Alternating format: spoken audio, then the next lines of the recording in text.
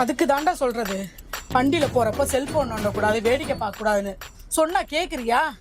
இப்ப பாரு, கீழே விழுந்து அடிபட்டு வந்து உக்காந்துருக்க.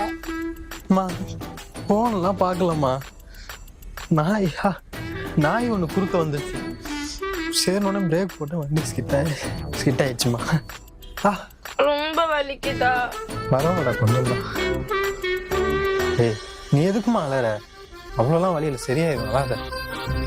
அதான் சொல்றான்லம்மா, அழுகாதம்மா. நீ அழுத அவனும் அழுவான், அப்புறம் நானும் அழுவேன்.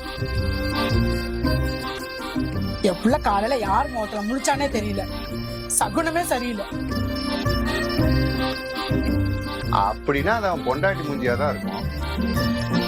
அவ தானே வாக்கிங்க்கு காலையில அவனை எழுப்பி கூட்டிட்டு போறா. ஒருவேளை அவன் பைக்ல போகும்போது என் முகத்தை பார்த்துட்டு போ, நல்ல சகுனம்னு யாராவது அவங்க திருமுகத்தை எடுத்துட்டு போய் காட்டியிருப்பாங்களோ, அதனாலதான் இப்படி ஆயிருக்கும். என்ன கனி? நான் எதிரில போனாலும் அவன் இப்படி ஆகல. நம்ம வயசுலோட சின்ன பையன் இவ்வளவு நல்லா சம்பாதிக்கிறான், வசதியான வீட்டுல பொண்ணு எடுத்திருக்கான், ஏன் அழகா இருக்க பொண்ண கல்யாணம் பண்ணிருக்கான். நம்ம நடந்து போயிட்டு இருக்கோம், இவன் மட்டும் புல்லட்ல போயிட்டு இருக்கான். அதுதானே, அந்த வயிற்றுச்சல்ல தானே இப்படி கண்டுபட்டிருக்கு. பாக்குறத பாரு, இந்த கொல்லிக்கொண்டு வச்சிருக்கோம் வீட்டுல இருக்கிறத நினைச்சாலும் எனக்கு அருவருப்பா இருக்கு.